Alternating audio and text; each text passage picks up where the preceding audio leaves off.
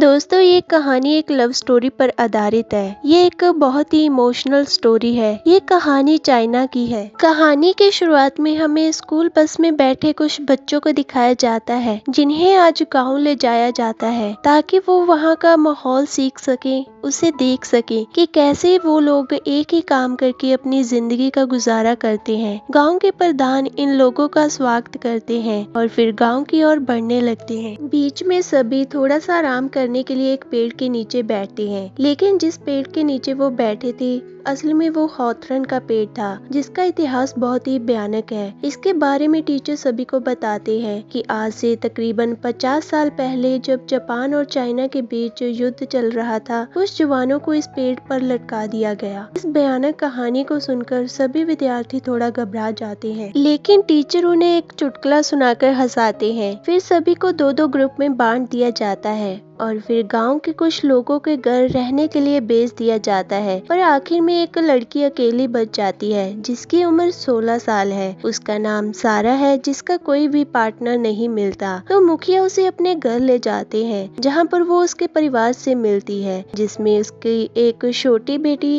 एक बड़ी बेटी जो कि शहर रहती है और एक बेटा जो कि उन्हीं के साथ रहता है। इसके बावजूद एक और लड़का भी है, जिसका नाम संग है। वो गाँव से थोड़ी दूर वैज्ञानिक सेंटर में काम करता है। वह भी इन्हीं के साथ रहता है। अब दिन ढल चुका है। शाम के खाने के लिए मुखिया की पत्नी छोटी बच्ची के साथ सारा को भी उसे बुलाने के लिए भेजती है। वापस आते समय संग और उसके बीच काफी बातें होने लगती है। वह उससे पूछता है कि वो कहाँ से आई है और उसे सबसे अच्छा यहाँ पर क्या लगता है। तो सारा उसे बताती है कि वो शहर से आई है और उसका यहाँ हॉथरन ट्री पर रेड फ्लावर देखने का बहुत ही शौक है, और बताती है कि मैं बस 2 महीने के लिए यहाँ हूँ। इसके बाद अब खाने की बारी आती है। सभी से सारा की इंट्रो करवाई जाती है। धीरे धीरे करके वह सबसे घुल मिल गई थी। आते जाते संग भी उससे बात कर लिया करता है। सारा को एग्जाम में अच्छे मार्क्स लाकर अच्छी नौकरी करनी है, और जब ये बात संग को पता लगती है तो वो उसके लिए ज्यादा रोशनी वाला बल्ब लेकर आता है, ताकि उसके बाद वह अच्छे से पढ़ सके। अब अगले दिन वह कहीं उसे दिखाई नहीं देता।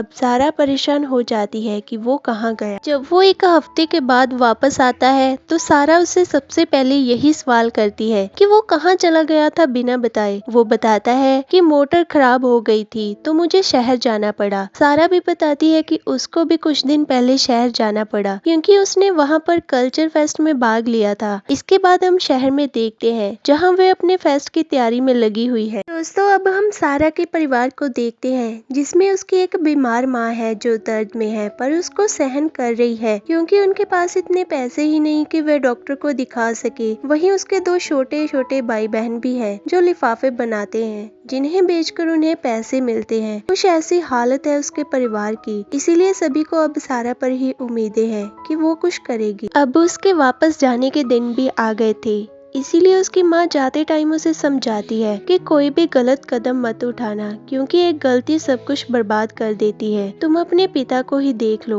अपनी माँ की हाँ में हाँ मिलाकर वो वहाँ से फिर से गांव की ओर निकल जाती है, क्योंकि संग उसे लेने के लिए आया था, जिसे देखकर वो एक बड़ी सी स्माइल करती है। इसके बाद दोनों घर के लिए निकल जाते हैं। बीच रास्ते में सारा को पता लगता है कि संग के डैड की भी मौत हो गई इस आंदोलन में, जिसमें उसके खुद के पिता बंद है, और फिर इनकी बातें होना शुरू हो जाती है। सारा ये जान जाती है कि संग की मंगेतर है, जिसके कारण उसे एक बड़ा झटका लगता है। उसने उससे दूर रहने के लिए सोचा, लेकिन हर दिन की तरह संग उसके लिए कुछ न कुछ लेकर आता है। तो उसने बड़े ही बुरे तरीके से कहा कि मैं एक दिन तुम्हारी सारी चीजों का हिसाब कर दूंगी। ये सुनकर संग को काफी बुरा लगा।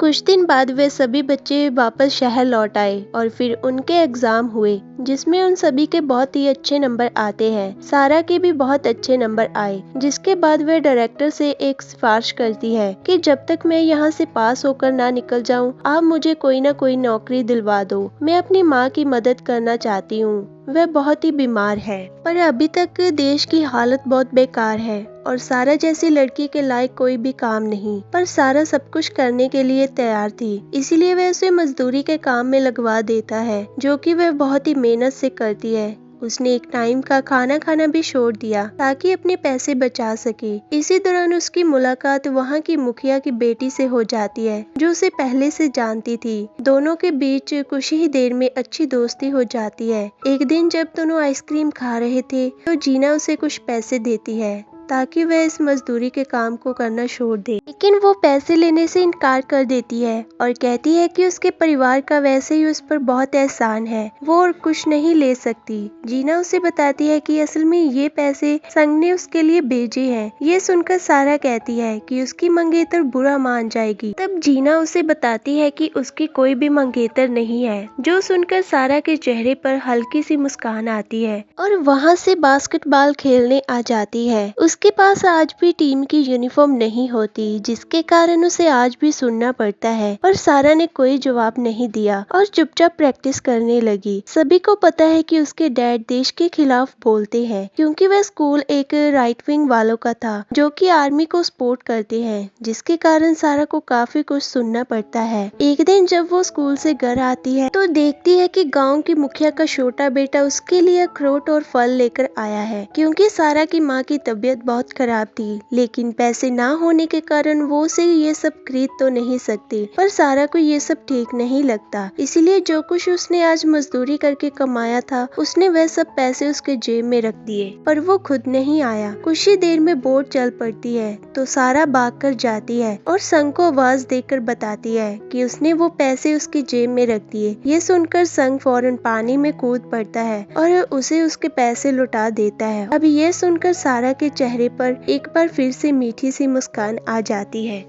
धीरे धीरे समय के साथ संग भी अब उससे मिलने आने लगा और दोनों लोगों से छुपकर कहीं दूर मिलते, क्योंकि संग असल में आर्मी चीफ का बेटा था और अगर किसी को पता लगा कि वह किसी ऐसी लड़की से मिल रहा है जिसके डैड लेफ्ट विंग से है तो वह दोनों को खत्म कर देंगे। पर इस बात से दोनों ही अनजान थे। अब संग भी उसके लिए कुछ न कुछ गाँव से भेजा करता था, जो देखकर सारा की माँ को थोड़ा शक भी होता है कि यह सब चीजें कहाँ से आ रही है, लेकिन वो कुछ नहीं कहती। दोनों एक बार फिर से मिलते हैं। संग उसे बताता है कि उसके पिता शादी के लिए उसे फोर्स कर रहे हैं, लेकिन वो उसका इंतजार करेगा जब तक उसके टीचर की नौकरी नहीं लगती। अब सारा घर पर आती है तो देखती है कि उसकी माँ के पैरों में चोट लगी हुई है। उसकी माँ कहती है कि मैं तुम्हारी सहेली के घर गई थी, लेकिन तुम वहाँ पर नहीं थी। ये सुनकर सारा चुप हो जाती है, पर उसकी माँ उसे समझाती है कि अब उसकी नौकरी लगने वाली है। अगर तुमने कोई भी गलत कदम उठाया तो ये मौका तुम्हारे हाथ से चला जाएगा। तुम्हारे पिता के कारनामों के कारण एक तो पहले से ही ऐसी हालत है। उस दिन के बाद सारा का बाहर निकलना कम हो गया। वह घर और फिर स्कूल के कामों में ज्यादा मन लगाने लगी। एक दिन कुछ बच्चों को फिर से गाँव में भेजा गया, लेकिन इस बार कोई और गाँव था और इस ग्रुप में सारा की दोस्त भी थी। कुछ दिनों बाद सारा की ग्रेजुएशन भी कंप्लीट हो गई। उसने जो टीचर बनने की सिफारिश डायरेक्टर से की थी वो भी मंजूर हो गई। डायरेक्टर उसे बताते हैं कि उसके पिता के रिकॉर्ड के बावजूद कमेटी ने उसे यहाँ जॉब ऑफर करी है। उसने कहा कि वह कोई भी शिकायत का मौका नहीं देगी।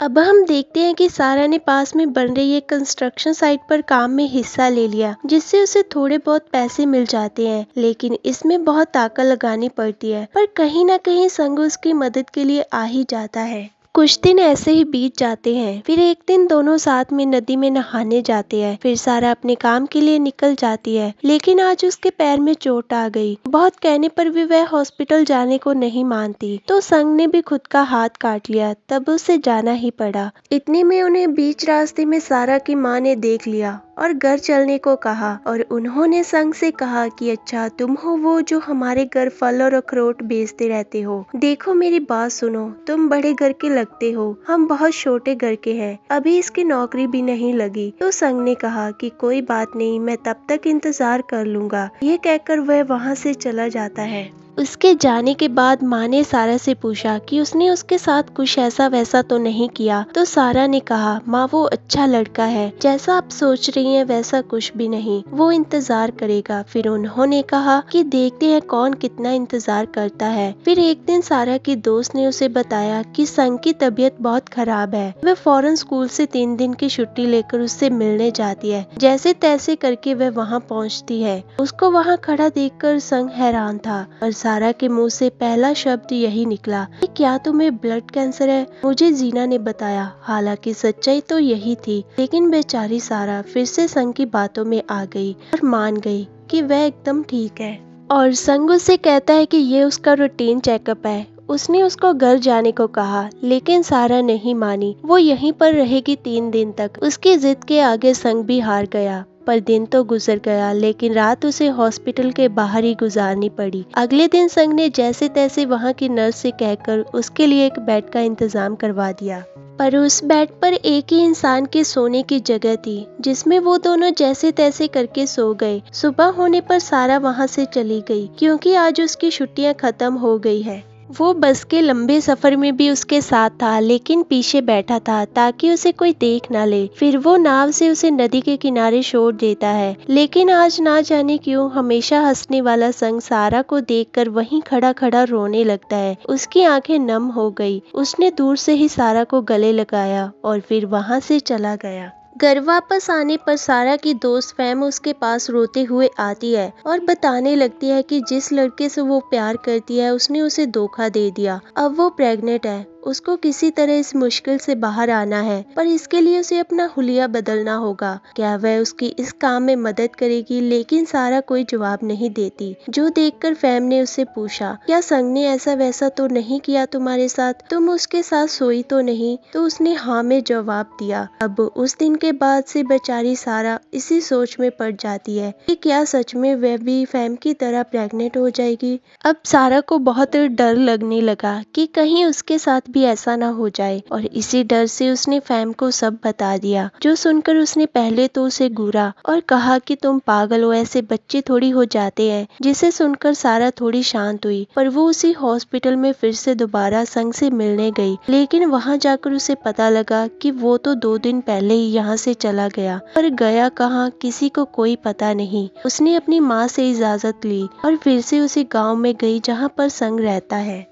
वहाँ उसने उस मुखिया से भी पूछा, लेकिन उसका कोई भी पता नहीं चला। उसके बाद वो उसके काम करने वाली जगह पर भी गई, पर सबका यही कहना था कि वो तो कई दिनों से दिखा ही नहीं। अब सारा भी हैरान थी कि आखिर वह अचानक से कहाँ बिना बताए चला गया। उसे जितना हो सका उसने ढूंढा, लेकिन कहीं कुछ पता नहीं चल पाया। इसीलिए बेचारी सारा थक हार कर घर वापस लौट आई। सुबह से शाम हो गई, महीनों से साल। अब तो सारा टीचर भी बन गई। इतने में उसके पास कोई आकर बताता है कि नीचे आर्मी की वैन खड़ी है। सारा भागती हुई गई तो वैन उसे हॉस्पिटल तक ले गई, जहां एक बेड के आसपास बहुत भीड़ थी, जिसमें एक बूढ़ा आदमी सारा की ओर देखकर बोला कि तुम आ गई, इसको तुम्हारा ही इंतजार था, शायद ये तुमसे मिलने के बाद ही जाएगा। वो संग के डैड थे, और जो उस बेड पर नीला पड़ चुका इंसान था वे असल में संग था। जब सारा ने उसे देखा तो उसके होश उड़ गए। तभी पीछे से नर्स ने बोला कि तुम उसको आवाज दो, वो सुन सकता है। तो सारा ने उसे कहा कि मैं सारा हूँ,